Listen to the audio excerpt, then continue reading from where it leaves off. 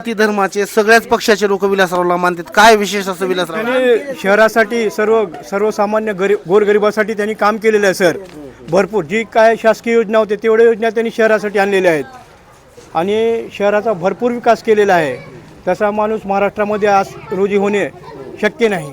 लातूर महापालिका निवडणूक 2026चं बिगुल वाजले. सध्या प्रचार जोरात सुरू आहे. मी आहे व्यंकटेश नगरमधल्या प्रभाग क्रमांक 1, लातूरचा प्रभाग क्रमांक 1 म्हणजे सुरुवातच इथून आहे.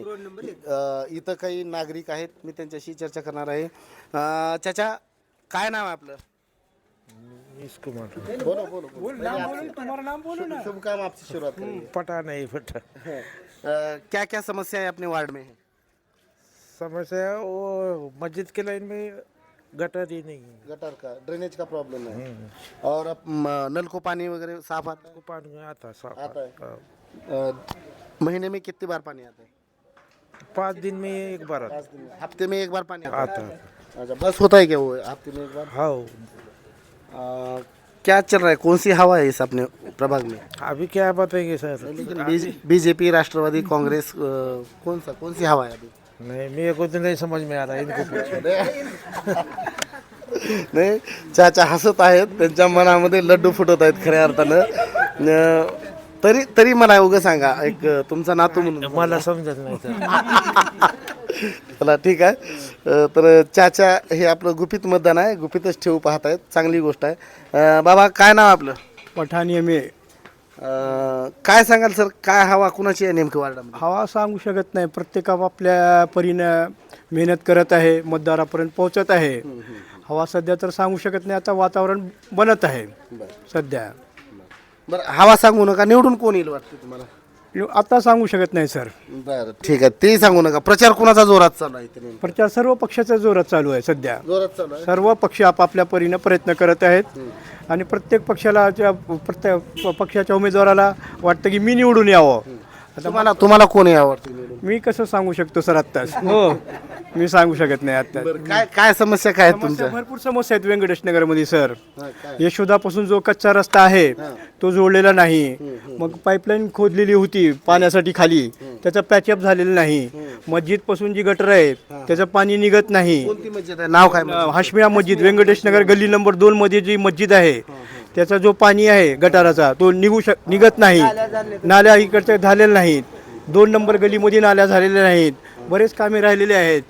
या बातमीच्या माध्यमातून येणाऱ्या नगरसेवकांना मी विनंती करतो की हे जे नागरिक आहेत हे नागरिक प्रामाणिकपणानं मतदानाचा हक्क बजावणार आहेत, परंतु तुम्हीही प्रामाणिकपणानं या नागरिकाच्या ज्या आत्ता सांगितलेल्या समस्या आहेत, मस्जिदच्या जवळचा नालीचा प्रॉब्लेम असेल, पॅचअप करायचं राहिलं असेल एखाद्या पाईपलाईनला, किंवा यशोदा थिएटरपासून जो आलेला रस्ता आहे तो अर्धवट रस्ता असेल, कचऱ्याचा प्रश्न आहे, नाल्या तुंबतात नाल्या, ते प्रश्न आहेत.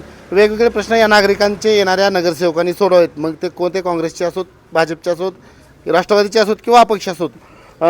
काय सांगाल बाबा, नेमकी हवा कोणाची आपल्या वार्डामध्ये? सांगू शकत नाही सर. आता सगळ्याच म्हणजे त्यांनी जी उत्तर दिली तीच तुम्ही हुशार आहात तुम्ही.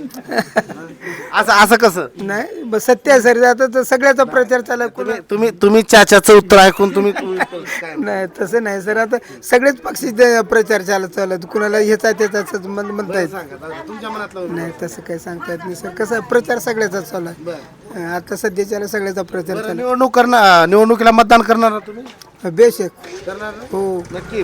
पैसे घ्यायचे नाहीत? गरज नाही आम्हाला, पैशाची गरज नाही, काही गरज नाही आम्हाला. मतदान आम्ही करणार, आमचा हक्क आम्ही बजावणार. बरं, तरी कोण येते निवडून? ते तसं सांगू शकत नाही सर. प्रचार सगळ्याचाच आहे. ते कोणा ही येतील म्हणून सांगता येत नाही. आता सगळेच प्रचार करायला.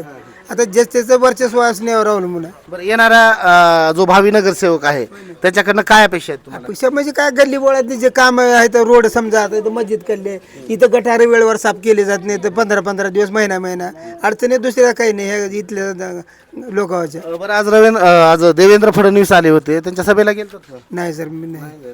का बरं नाही जाईल? आता आपल्याला माहित बी नाही तेवढं का, त्याच्यामुळे गेलं. बरं, काल एक रवींद्र चव्हाण नावाचे एक भाजपचे प्रदेशाध्यक्ष होते, त्यांनी विलासरावांबद्दल एक वक्तव्य केलं की विलासरावांच्या आठवणी आम्ही पुसून टाकू.